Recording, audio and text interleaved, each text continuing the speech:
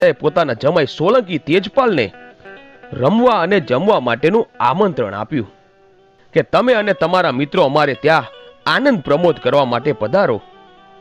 પછી તો ચાવડા રાજાનો પત્ર મળવાથી બધા જ સોલંકી પોતાના વેવાઈને ઘરે ગયા.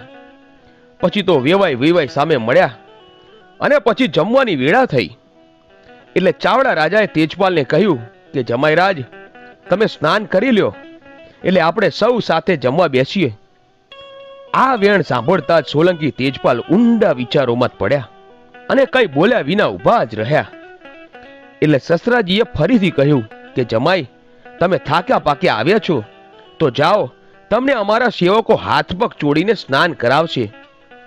એ વખતે તેજપાલ વિચારવા લાગ્યો કે હું તો એક ઉંમર લાયક કન્યા છું, પુરુષ નથી. વસ્ત્ર ઉતારીને નાહવા બેસીશ ને તો સૌની વચ્ચે મારો ભેદ ખુલી જશે. એ વખતે